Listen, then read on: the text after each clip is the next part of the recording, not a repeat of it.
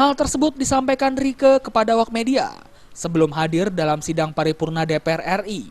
Terlihat juga dirinya membawa selembar kertas putih yang merupakan duplikat dari Piagam Perjuangan Marsina, di mana surat tersebut ditandatangani langsung oleh Presiden Jokowi.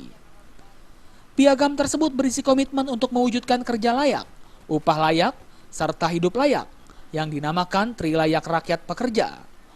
Menurut politisi Partai Demokrasi Indonesia Perjuangan PDIP tersebut, saat ini kaum buruh masih berharap akan perbaikan nasib mereka di era kepemimpinan Presiden Joko Widodo.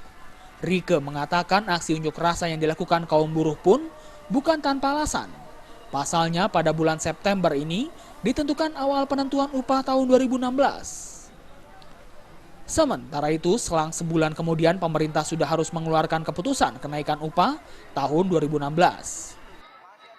Saya mendukung semua tuntutan buruh dan pekerja pada hari ini yang melakukan aksi tidak hanya di Jakarta tapi di beberapa titik di Indonesia gitu. Karena memang bulan September ini adalah awal dari proses penentuan upah untuk 2015 dengan diawali dengan survei komponen hidup layak.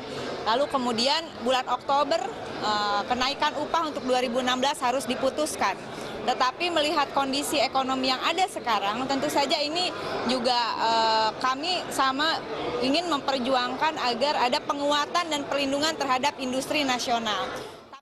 Dapat diketahui sebelumnya di dalam Trilayak Rakyat Pekerja sendiri, Presiden Jokowi berjanji akan melahirkan undang-undang tentang sistem pengupahan dan perlindungan upah pekerja, serta revisi atas Undang-Undang Ketenagakerjaan. Untuk itu, para buruh meminta ataupun menagih janji bagi pemerintah, terutama Presiden Jokowi, agar segera merealisasikan isi dari piagam tersebut. Dari Jakarta, Muhammad Ibrahim dan Nur Tanti Purba melaporkan.